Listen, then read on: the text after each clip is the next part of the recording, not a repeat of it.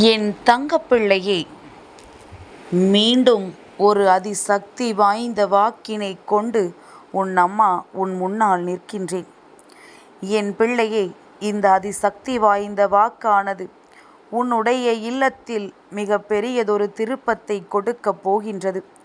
இதுநாள் வரையிலும் விடை தெரியாமல் நீ அனுபவித்து வந்த கஷ்டங்களுக்கெல்லாம் உனக்கு பதிலாக மாறப்போகின்றது.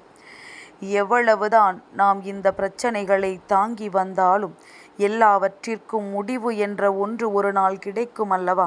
அதுபோன்ற ஒரு முடிவுதான் உன் வாழ்க்கையில் கிடைக்கப் போகின்றது. அதற்குரிய நேரத்தை இந்த வராகி நான் உருவாக்கி விட்டேன்.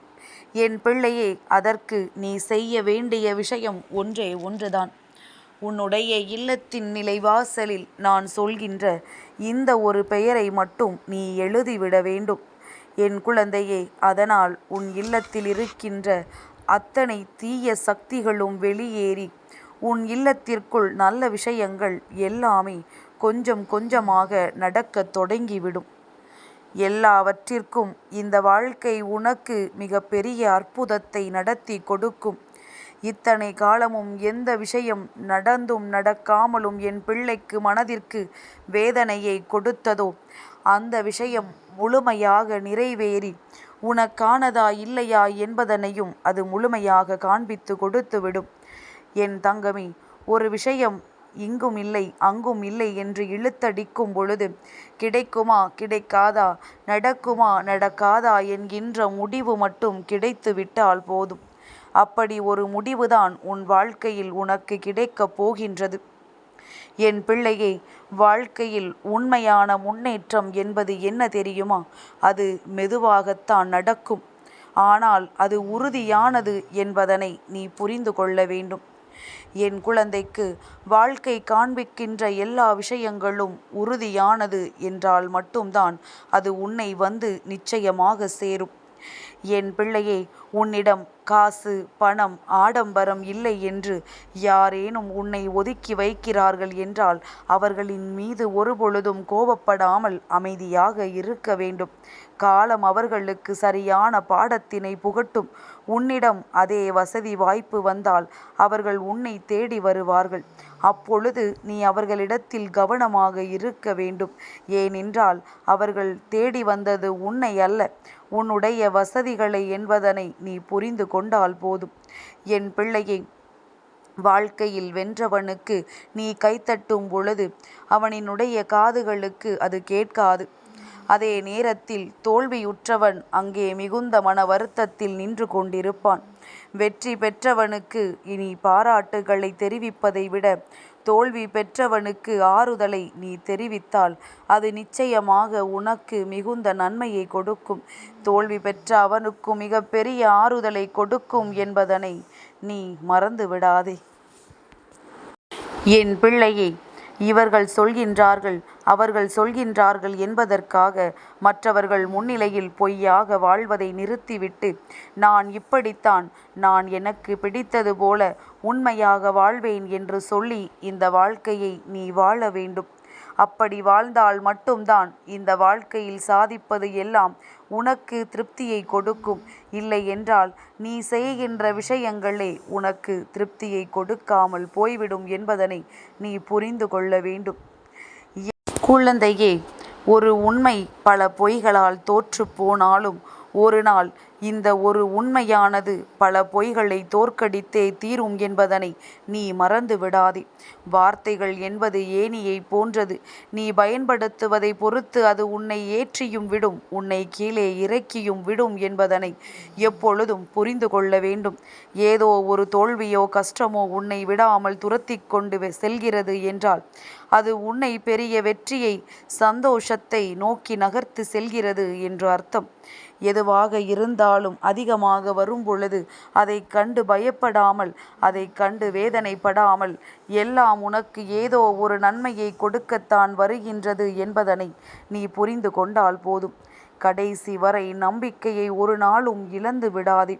நேர்மையாக நடந்து கொள்பவர்களை விட நடிப்பவர்கள்தான் இங்கு இந்த உலகம் நம்புகின்றதல்லவா?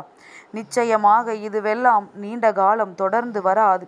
பல அவமானங்களை கடக்கும் ஒருவன் மனதில் ஓடுகின்ற வாசகம் என்ன தெரியுமா? நானும் ஒரு நாள் வெற்றி பெறுவேன் என்பதுதான். அவமானத்தை சந்தித்தால்தான் வெற்றி பெற வேண்டிய வைராக்கியம் உனக்குள் வரும் என்றால் அந்த அவமானம் உனக்கு நடந்தே தீரும் என்பதனை நீ மறந்து விடாதே. உன்னால் முடியும் என்று உன்னை ஊக்கப்படுத்துகின்ற மனிதர்களோடு பழக வேண்டும். அவர்கள்தான் நீ விழும்பொழுதெல்லாம் உன்னை தாங்கி பிடித்து முன்னேற்றத்தை நோக்கி அழைத்து செல்வார்கள் என்பதனை நீ புரிந்து கொள்வாய். கிடைக்குமா என்று கேட்காதே. யாரிடத்திலும் சந்தேகத்தோடு நீ கேட்காதே. கிடைக்கும் என்பதனை நீ நம்பு. நடக்குமா என்று கேட்காமல் நடக்கும் என்று நீ நம்பு. முடியுமா என்று கேட்காமல் முடியும் என்று நம்பு. நிச்சயமாக எல்லாம் உன் வாழ்க்கையில் உன்னை தொடர்ந்து வரும்.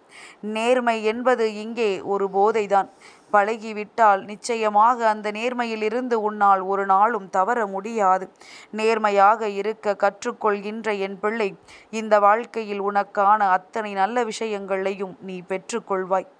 என் குழந்தைக்கு, இத்தனை நாளும் நீ பட்ட ஒவ்வொரு வேதனைகளுக்கும் நிச்சயமாக உனக்கு தீர்வு நான் சொல்கின்ற இந்த பெயரின் மூலமாக உனக்கு கிடைக்கப் போகின்றது. நீ எழுதுவதனால் மட்டுமல்ல, எப்பொழுதும் நீ இதை சொல்லிக் கொண்டே இரு. உனக்கு கஷ்டங்கள் வரும் பொழுதும் வேதனைகள் வரும் பொழுதும் இதை நீ உச்சரித்து கொண்டே இரு. நிச்சயமாக பல நல்ல மாற்றங்கள் விரைவாக உன் வாழ்க்கையில் நடந்தே தீரும். பல நல்ல விஷயங்கள் உன்னை தொடர்ந்து வரும். எத்தனையோ சூழ்நிலைகள் உனக்கு திருப்பத்தை கொடுக்கும். என் குழந்தைக்கு மாற்றங்கள் உடனடியாக வந்து சேரும் என்பதனை நீ முதலில் புரிந்து கொள்ள வேண்டும். நீ வருந்துகிறாய் என்றால் மாறப்போகிறாய் என்று அர்த்தம். நீ வருந்தி கொண்டே இருப்பாயானால் எதுவுமே மாறவில்லை என்று அர்த்தம். என் பிள்ளையே, நிச்சயமாக மாற வேண்டும். நீ செய்த தவறுக்கு வருந்தி உன் வாழ்க்கையை அடுத்த நிலையை நோக்கி நீ நகர்த்தி செல்ல வேண்டும். நீ எடுத்து வைக்கும் முதல் படி உனக்கு தோல்வியை தரலாம். இரண்டாவது படி உனக்கு கஷ்டங்களை கொடுக்கலாம். மூன்றாவது படி உனக்கு அவமானத்தை கொடுக்கலாம்.